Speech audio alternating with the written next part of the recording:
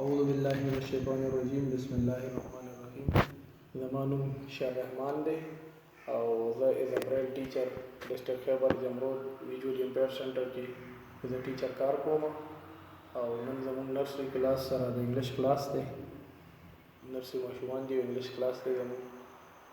څنګه چې مخکې ویډیوګانو کې مخکې دغه کې موږ مخکې کلاسونو کې پړاو کړي دي د ماشومانو ته الفابیټس 26 د هغې لپاره د هغې هغه ډیجټس 1A 1 2B 1 4C 6 اول والا طریقه وه هغه یو بل سره کراس کېدل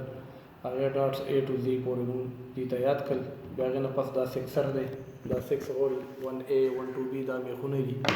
دغه کیلز بیا دې کې فرض کړو 1A ده نو داسې 1A ده په 1 کې ولګي B ده نو A پسې دا 1 2B شوه په دغه طریقه دا 6 هول A to Z پورې دا اوس ما ویو لیکل نو دغه طریقه باندې د ماشومانو یاد کړي دي هغې نه پس زموږ نیکسټ چې کوم راځي دا بریل بورډ سیسټم دی سکسر دا ختم شو دی پسې بیا بریل بورډ سیسټم دی بریل بورډ موږ دې ته وایو د دې مختلف دا میخونه دي دا دې موږ رف لګولي دي دا خانې دي 1 2 3 څنګه دې کې پړاوېده داسې دې کې دي 1 2 3 لیفټ ته دي 4 5 6 دا رایټ ته دي نو دا 1A 1 2B څنګه 1 4C 1 4 5D دې ماشومانو ته موږ پړاو کړي دي زه دې نه A نه D پورې ټیسټ اخلم پسې ته دې کې ولیکه 1A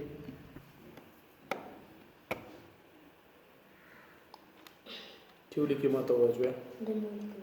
وشو بالکل صحیح ہے بچے تو دیکھیے بیو لکھا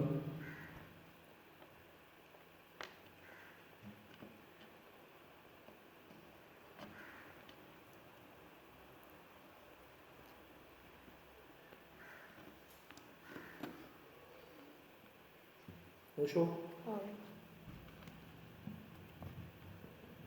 बिल्कुल सीवली का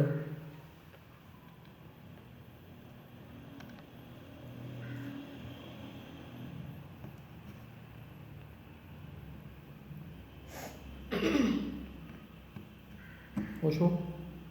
है तो कलर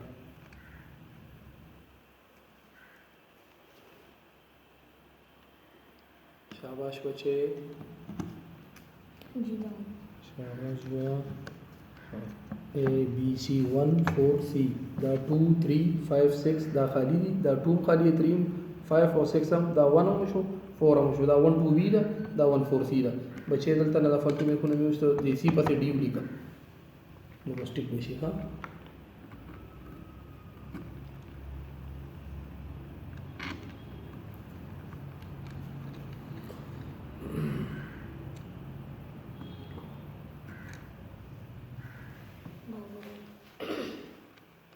1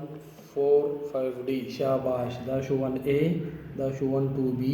دا شو 1 4C دا شو 1 4 5D शाबाश ډېر ښه په دغه